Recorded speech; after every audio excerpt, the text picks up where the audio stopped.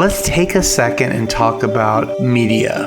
According to the website Statista, the average American spends an average of 369 minutes per day with traditional media and 363 minutes per day with digital media. This means that the average American spends roughly 12 hours per day with media, either traditional or digital, pumping some sort of message into our minds consciously, or at the very least subconsciously. This translates, of course, to 75% of our waking lives being subjugated to messaging that tells us from how we should act, what we should wear, what we should eat, what the weather is going to be, and what the Hollywood star of the moment cares about, but most importantly, what we should believe.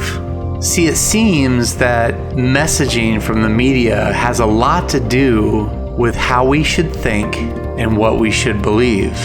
Keep in mind that the only thing that we consume more than media is oxygen. And this media is being pushed to us through the air by satellite, radio, telephone, cable line. Every home, car, business, personal cell phone, laptop, desktop, tablet, they all have access to media 24/7, 365. So let me ask you a question.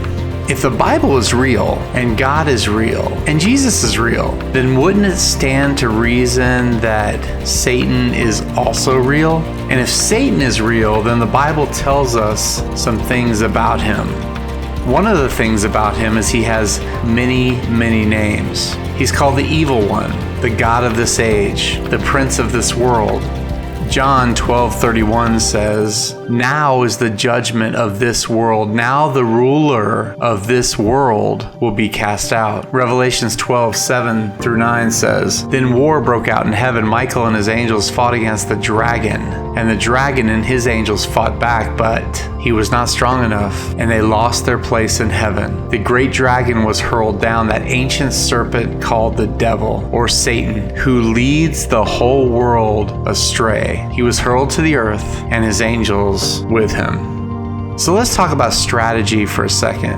If you were Satan and you had a deep, unearthly hatred for God's creation, and you wanted nothing more to destroy it, and you were here on this earth, how would you access the minds and the hearts of all of God's creation?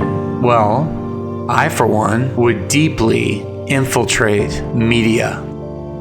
Ephesians 2:1-5 says, "As for you, you were dead in your transgressions and sins, in which you used to live when you followed the ways of this world and of the ruler of the kingdom of the air, the Spirit who is now at work in those who are disobedient.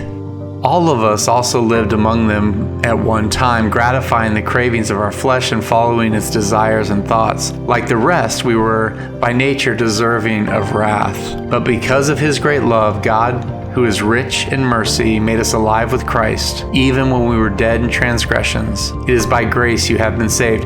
You see, if I were Satan, I would corrupt media, and I would make sure that subtly, all the time, I was reminding you that there is no God, reminding you that those that believe in Jesus coming back from the dead are nuts, reminding you of what hypocrites Christians are. I'd be pumping you full of images that are attractive but destroy. You see, Satan has another name. It's God of the air, or could we say God of the airwaves, or could we say God of media?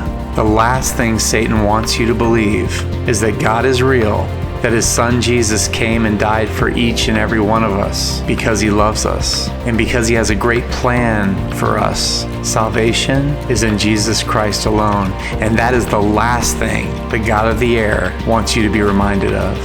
Until next time.